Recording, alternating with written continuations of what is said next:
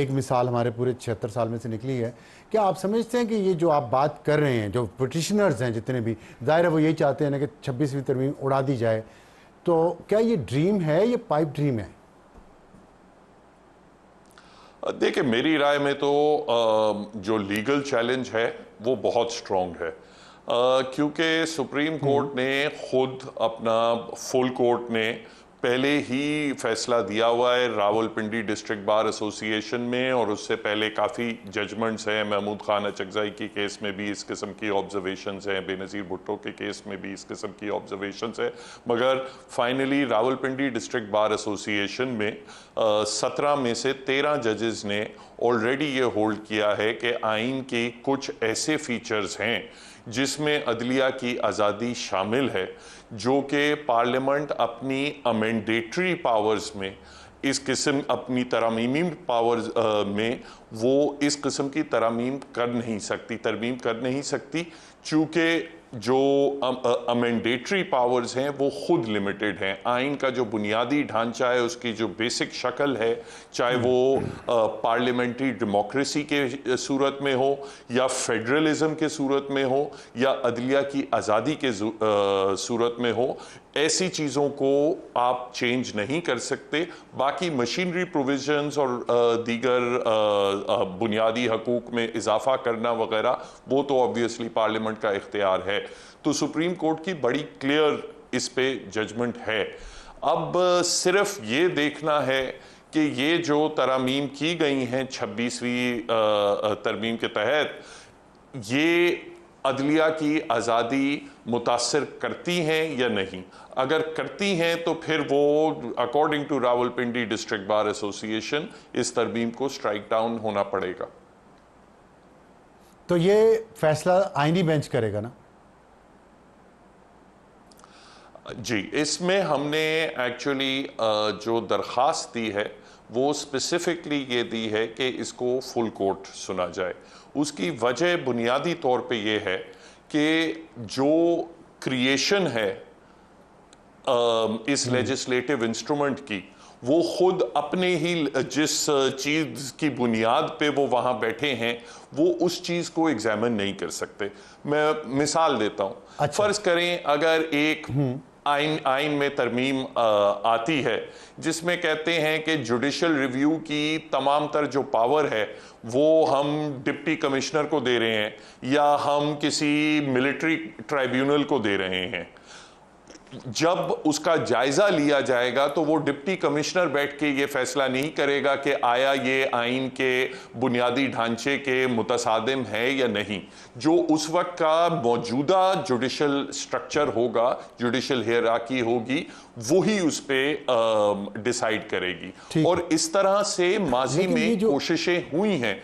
आपको पता है जी, आपको पता है मिलिट्री डिक्टेटर्स ने जुडिशल रिव्यू की पावर्स लेने की कोशिश की। इवन जो उन ज़ियाउल हक साहब के और मुशर्रफ साहब के दौर में, उसमें भी सुप्रीम कोर्ट ने कहा कि नहीं, आप ये नहीं कर सकते कि ये इख्तियारात सारे ले लें, हम फिर भी जुडिशल रिव्यू की पावर रखते हैं।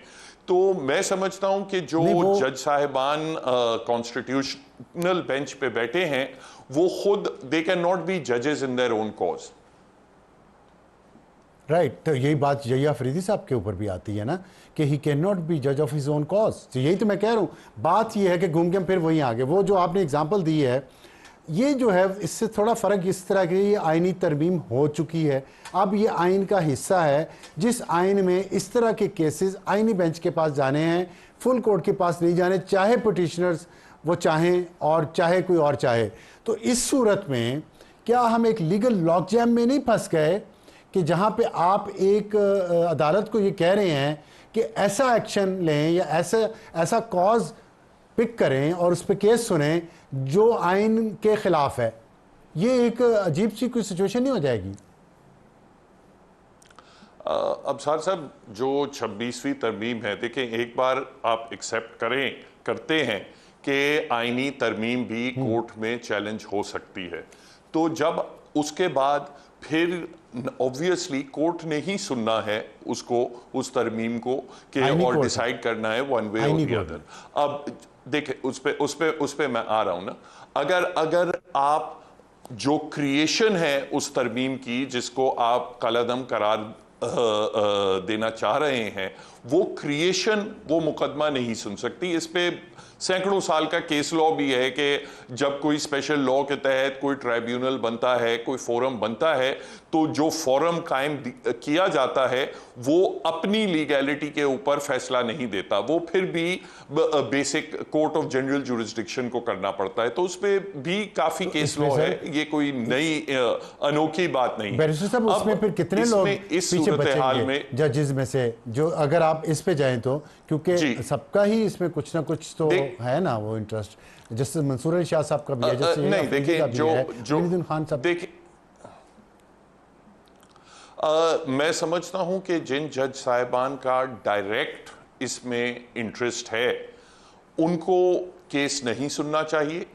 उनके अलावा फुल कोर्ट जो है उन जो except for the direct affected, बाकी सारी फुल कोर्ट करे और उसी से लेजिटिमेसी आएगी। अच्छा, वक्त ख़त्म हो गया। एक छोटा सा सवाल, छोटा सा जवाब दीजिएगा। आपका ट्वीट एक आया है और जिसमें आपने बड़ा एक बात अच्छी की है, first the stick no carrot. आपको स्टिक पहले आने पे एतराज़ है या कैरेट के बाद में आने पे एतराज़ है?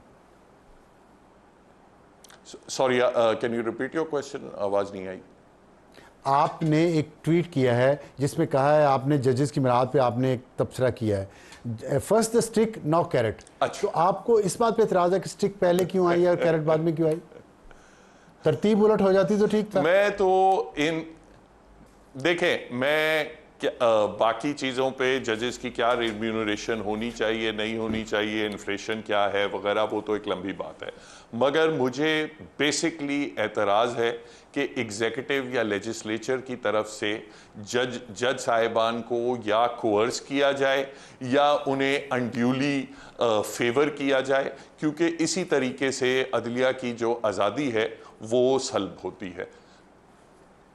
ठीक है, बहुत शुक्रिया आने का। और वक्त एक ब्रेक के बाद वापस आएंगे तो हमारा आज का एडिटोरियल जो इसी बात पर है कि first stick and then carrot या द अदर वे अराउंड। एक छोटे से ब्रेक के बाद। और वक्त हुआ इस वक्त हमारे एडिटोरियल का, और मुझे एक आज जो डेवलपमेंट हुई है, आपने भी खबर पड़ी होगी कि जजेस की मिराद में इजाफा किया गया है। उस पर मुझे एक गाना याद आ रहा था, हम ना होंगे तो हमें याद करेगी दुनिया। किस रेफरेंस में? काजी फाइज के साहब के जाने के बाद मुझे याद आया कि काजी फाइज, तमाम जजेस को प्लॉट अलॉट हुए थे, काजी फाइज साहब ने अपना प्लॉट वापस कर दिया। उन्होंने कहा मैं नहीं लेता, मैं नहीं मुनासिब समझता सुप्रीम कोर्ट का जज हो कि मैं ये प्लॉट लूँ। और आज जब मुराद का ऐलान हुआ हाई कोर्ट और सुप्रीम कोर्ट के मुअज़्ज़ज़ जजेस के लिए, तो आवाम के ऊपर टैक्सेस में इजाफे की खबर भी साथ ही चल रही थी। और ये भी बताया जा रहा था कि जो रेवेन्यू टारगेट है वो पूरा नहीं हुआ। IMF ने कहा है कि रेवेन्यू टारगेट पूरा करने के लिए मज़ीद टैक्सेस लगाए जाएं आवाम पे।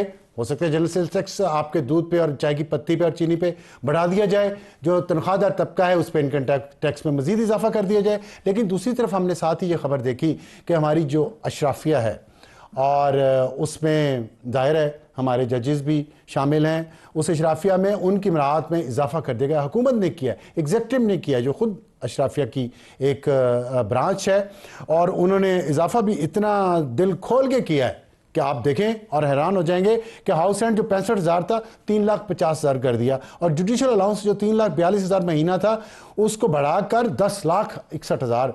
तो मतलब जब बादशाह देने पे आता है तो खुल के देता है, और दिया। और इससे हुआ क्या है, 20 लाख तकरीबन तनख्वाह हो गई है अब जजेस की, और हाई कोर्ट के और सुप्रीम कोर्ट के जजेस की करीब है, थोड़ी बहुत ऊपर नीचे होगी। और लेकिन किसी की तनख्वाह ज़्यादा होने पे एतराज़ नहीं है मुझे कोई ज़ाती तौर पे, क्योंकि मैं खुद तनख्वाहदार तबके से मेरा ताल्लुक है, और मैं भी चाहता हूँ कि मेरा इदारा भी मेरी तनख्वाह में इजाफा करे और बहुत ज़्यादा करे। लेकिन नहीं होता, अलग बात है। हम बात तो कर सकते हैं, क्वेश्चन इसलिए कर रहे हैं कि हम टैक्स देते हैं अपनी तनख्वाह से, हर महीने देते हैं, और इतना टैक्स देते हैं कि कानों से धुआं निकलता है हर महीने, लेकिन देना पड़ता है। और वो टैक्स हमारा किधर जाता है? इन अशराफिया की इन मराद के लिए। और जो जैसा कि मैंने कहा कि हमारी अदालतों का नंबर 129वां है पूरी दुनिया में, बेहतर होता नंबर तो शायद इससे भी ज़्यादा तनख्वाहें होती, मैं एतराज़ ना होता, हमारी इकॉनमी बेहतर होती, हमारी मईशत बेहतर होती, हमारे ज़राए आमदन बेहतर होते, हमारी बरामदात ऊपर जारी होती, हमारी बरामदात में इजाफा हो रहा था, हमारी दुनिया में कोई इज्जत होती, हमारी अदालतों के फैसलों की कोई इज्जत होती। तो इतनी मराज से मुझे कोई फ़र्क नहीं पड़ता, ना ही कौम को पढ़ना था। और एक बात, ज़ाहिर ये सब कुछ नहीं है, लेकिन मराद में इजाफा हो गया है, तो काजी फाइज साहब क्यों याद आए? इसलिए कि उनके खिलाफ खत तो बड़ी सख्त जुबान में लिखे जाते थे। इंतजार करूंगा मैं ऐसे ही मजीद खतूत का उन मस्जिद जजेस की तरफ कहें कि मैं ये मुराद कबूल नहीं करता। जैसे काजी फाइज साहब ने अपना प्लॉट वापस किया था, ऐसे मुराद भी वापस कर दे। क्या ख्याल है? सोचिएगा। Good night.